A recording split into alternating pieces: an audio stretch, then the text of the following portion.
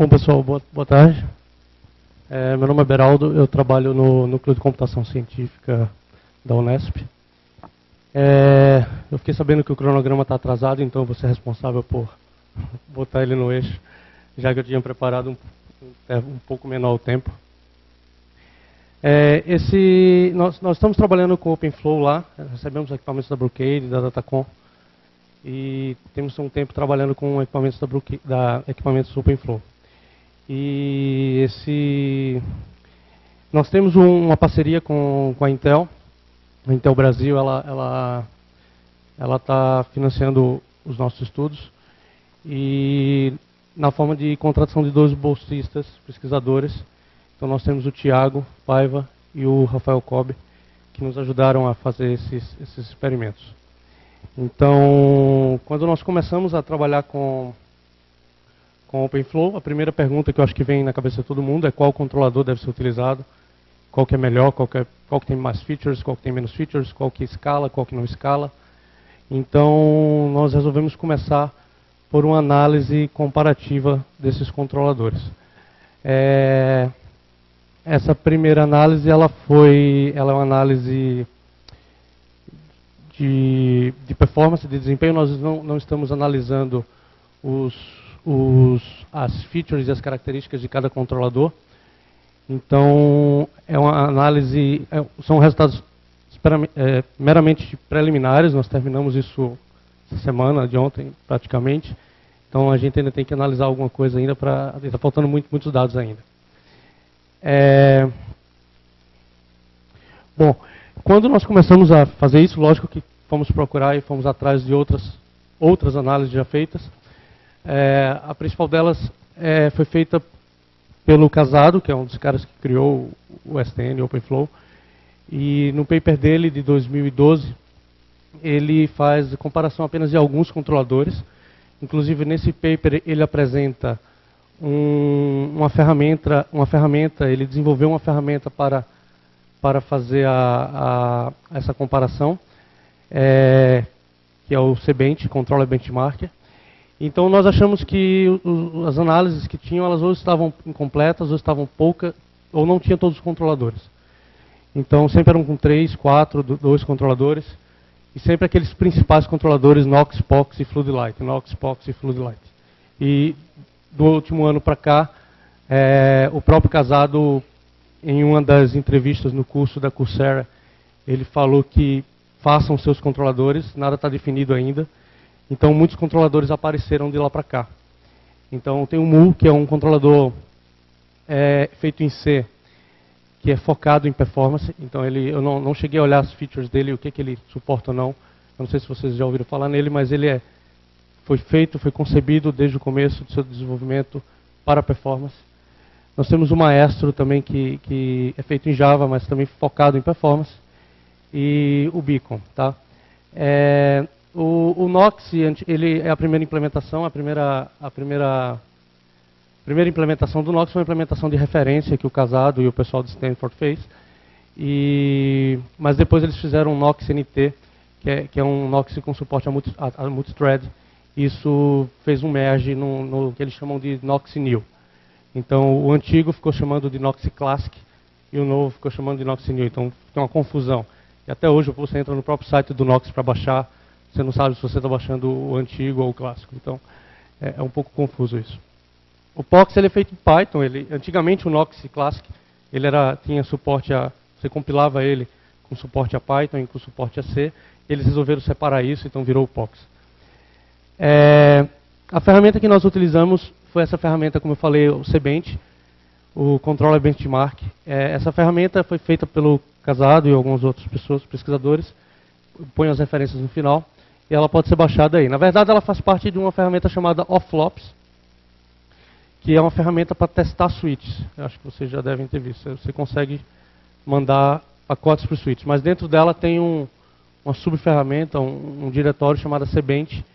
E esse diretório tem essa ferramenta que serve para estressar os controladores. Então, o que ela faz? O que essa ferramenta faz? Basicamente, ela emula C-switches, então ela abre sockets com o controlador que você define. Então, se você disse que ela vai emular 16 switches, ela vai abrir 16 sockets com o teu controlador. Tá? Por padrão, isso é 16. E para cada switch, ela abre uma sessão, como eu falei. Então, ela tem dois modos de operação. Tá?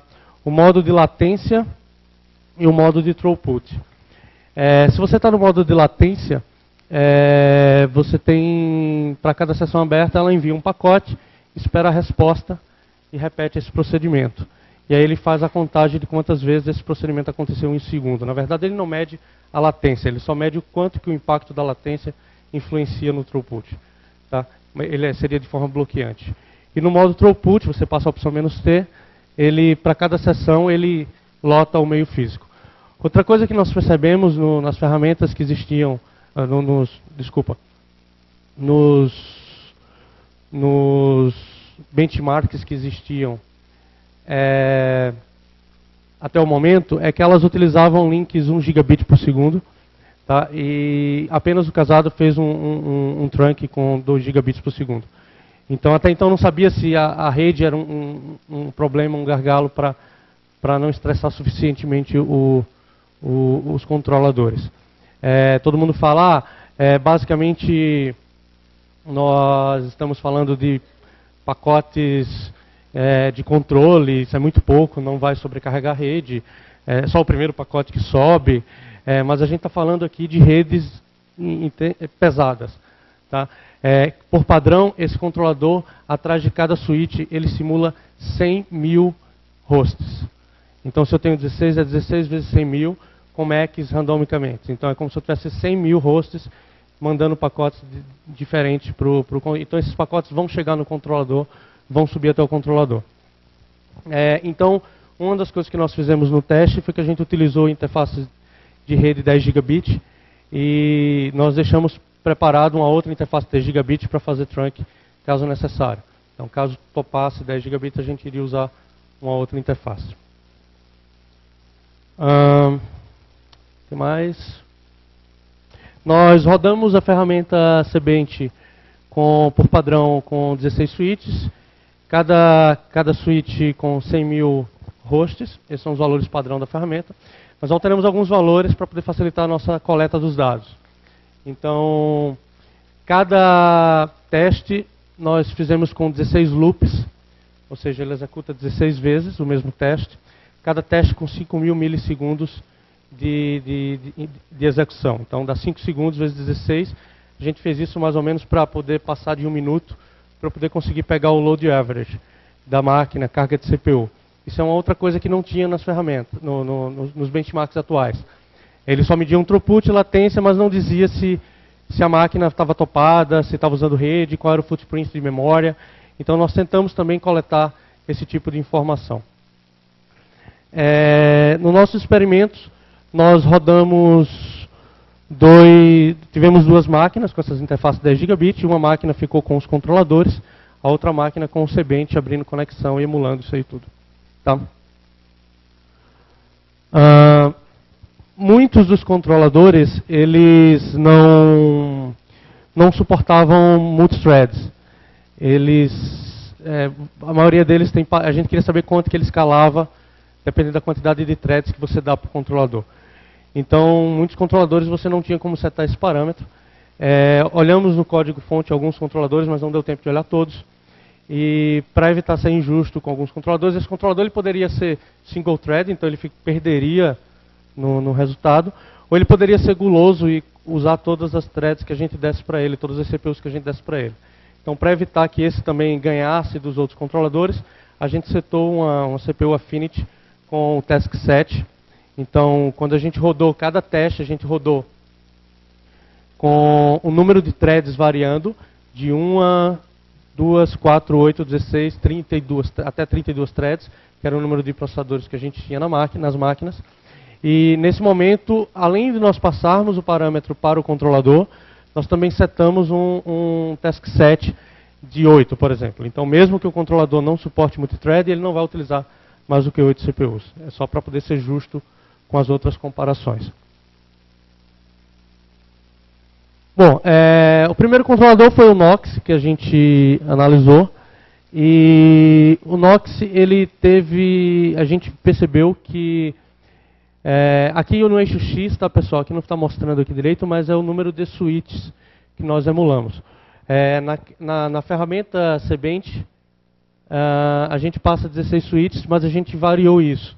Então, eu acho que acabei falando errado. A gente variou de 1, também, além de variar o número de threads, a gente variou também o número de switches.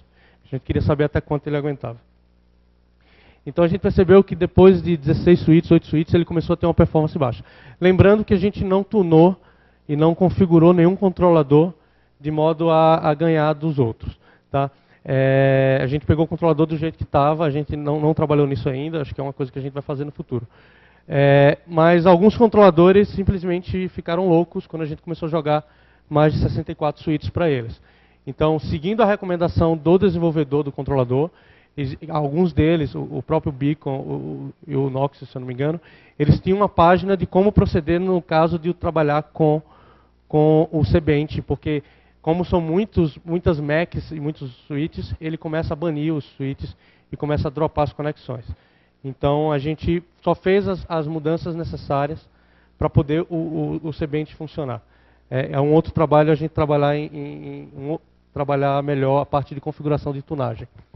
Então, acima de 8, 16 threads, de 8, 16 switches, o Cbench, o Nox, ele caiu de 480 mil requisições por segundo, o eixo Y é requisições por segundo, tá? Para 320 mil requisições por segundo. E a memória subiu meio que linear, então ele como é feito em C, ele começou com um footprint bem pequeno, 200 MB de memória, e depois ele começou a subir, quando a gente chegou a 128, que ele já não estava dando conta. E a carga da CPU ficou entre 1 e 2, ali não passou de 2.4. Esse foi o Nox. O POX, que é a implementação do Nox em Python, perdeu muito feio. Tá? Ele caiu observa que o outro era, na verdade não era 1000, aqui é 1000, mas ele caiu para 9000. Então ele perdeu muito, porque essa implementação é uma implementação apenas digamos assim, acadêmica, para ensinar um pouco como funciona. Não é aconselhável usar o POX em ambientes de produção. Tá? Ele perdeu bastante. Mas a memória em compensação ficou pouquinha, né? Também ele não estava usando muita coisa, não estava processando muito. E aí o Floodlight, que todo mundo fala, que realmente é muito bom, porque é feito em Java, blá, blá, blá, blá, blá, e ele, por ser feito em Java, ele tem um desempenho melhor. Na verdade, ele de fato tem um desempenho melhor quando comparado com esses dois controladores. Então ele conseguiu subir aí da casa de 1000 para 2 milhões. 2 milhões de requisições por segundo. Tá? Em compensação, ele chegou a usar quase 4 GB de RAM, certo? E a carga da CPU subiu até 24. Tá? O load average do último minuto subiu até 24. Isso porque o Java fica fazendo garbage collector, isso é normal.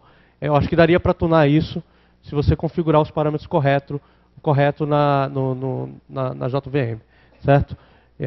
Teria como setar limites e tal, certo?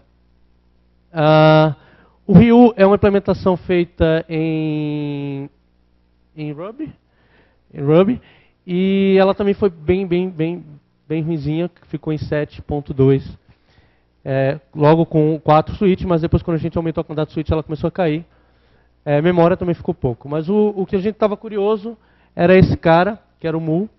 Então ele chegou a mais de 5 milhões de requisições por segundo. Tá? E comparado à carga de CPU do Floodlight, que era de 24, ele ficou em 6 ou 7 por ali. Então ele tem ele é bastante eficiente nesse ponto. O Mu e o Beacon, eles usam uma biblioteca do Google. Eles estavam usando uma biblioteca do Google para fazer malloc. Eles não estavam usando o malloc da glibc, eles estavam usando o malloc do Google. E a gente acabou descobrindo nos testes uma possível, a gente está investigando ainda, um possível memory leak nessa biblioteca do Google, porque a gente tinha 32 GB de RAM e começou a swapar. Então a gente está analisando melhor. Esses testes foram rodados sem essa biblioteca. Foram rodados com o malloc normal da glibc. Mas na documentação deles, eles aconselham a rodar com essa biblioteca. Então nós precisamos fazer mais testes para saber por que estourou de memória. Precisamos rodar um Valgrind lá para ver se tem alguma coisa que possa ser melhorada. E o Maestro, que é outra implementação feita em Java, também foi bom, que ficou na casa dos 4 milhões, mas ele caiu quando passa de 32 switches. E ele consome muito mais memória. Todos esses testes são testes de throughput.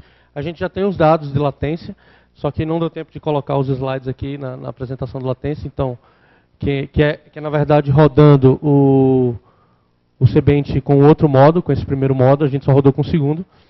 E a gente também tem dados de tráfego de rede, quanto que esses caras consumiram. Uma coisa que a gente percebeu que como que o Floodlight utiliza muito a CPU, o gargalo passa a ser a CPU e não a rede. Então, eles utilizam 2 gigabits, 1 gigabit no máximo. Enquanto que o Mu, que tem CPU sobrando, ele chegou a topar, topar não, mas ele chegou a bater 6 gigabits por segundo na nossa rede. Então, a gente conseguiu trafegar 6 gigabits de tráfego de controle entre controlador e switch. Apenas resumindo todos esses dados, só para ficar em uma outra visão. O POX e o NOx está como 0, mas na verdade é porque a escala está muito pequena, não dá para ver. O azul claro é o Floodlight, o azul escuro é o Maestro e o roxo é o Mu feito em C. Isso variando o número de switches e o throughput. Só um parênteses que eu esqueci de comentar. Como a gente rodou todos os casos de threads versus número de switch, o valor que a gente escolheu para plotar aqui e nos outros gráficos é a melhor performance daquele controlador, independente da quantidade de threads. Então, com 4 switches, o controlador X ele teve o melhor desempenho usando 32 threads. Então, é esses dados que a gente está usando. Com 8 switches, o controlador Y teve o melhor desempenho dele utilizando apenas uma thread. Então, é esse dado que a gente está usando. Então, a gente fez uma pré-análise e esses são os resultados finais. Tá? Basicamente é isso que a gente tinha para mostrar. Estamos trabalhando ainda o Beacon, que é o outro controlador. A gente, na verdade, estou sem dormir, que eu queria incluir ele aqui na apresentação, mas não deu porque ele estava dando muito segflow. Ele não estava aguentando a carga. Então eu preciso fazer umas tunagens nele ainda para ver o que aconteceu. Basicamente é isso, e eu estou aberto a perguntas e a gente pode disponibilizar esses dados depois no site nosso. Perguntas?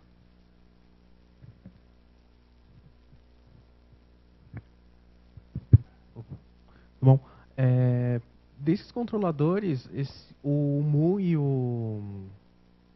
principalmente o Mu, ele suporta você sabe se ele suporta a versão 1.3 do OpenFlow? Quase nenhum deles suporta. Inclusive, para rodar os experimentos com uma ferramenta Cbent, é uma ferramenta que está um pouco antiga, ela só conversa o protocolo 1.0. Todos eles a gente teve que compilar com a versão do Git, a gente tem que fazer um Git checkout da versão 1.0. Então, mesmo que ele suporte, eu confesso que eu não sei ainda, porque a gente fez um Git checkout da versão 1.0 para poder ser compatível com o Cbent. Tá, eu confesso que eu não tenho essa informação. Mas eu acho que não, porque todos eles que a gente viu, alguns poucos deles estão na versão 1.2 agora. E aí, embora a recomendação seja pular direto da 1.2 para 1.3. Qual?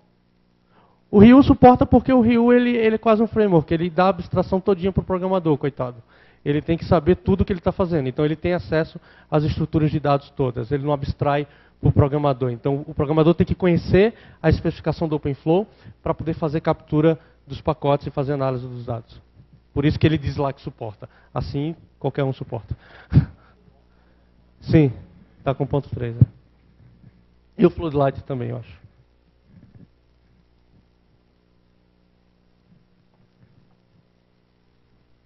Oba. Opa. Muito bom trabalho, parabéns. Obrigado. Quando a gente tem essa competição do driver OpenFlow do NF, nós submetemos código.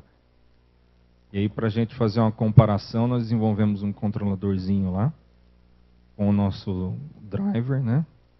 E aí a gente fez comparação com outros controladores.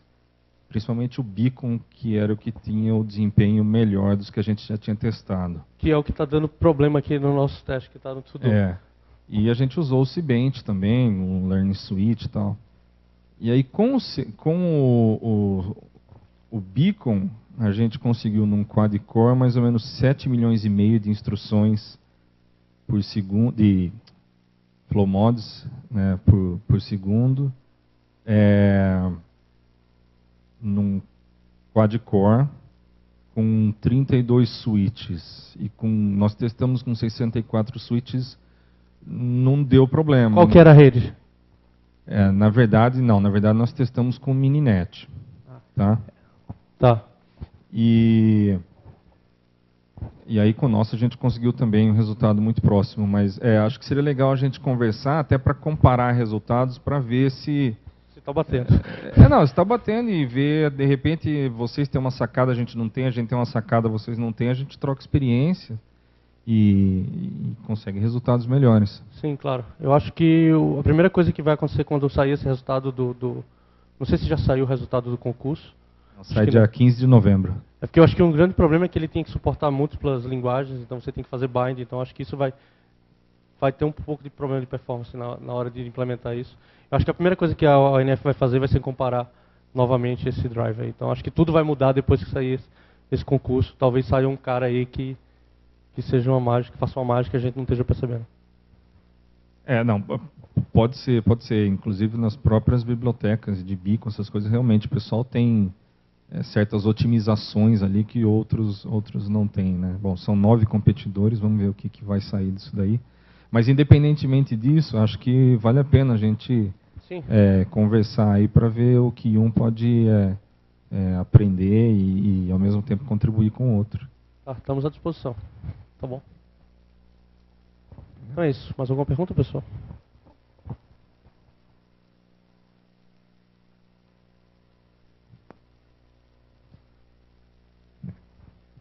Ok, obrigado então pela apresentação.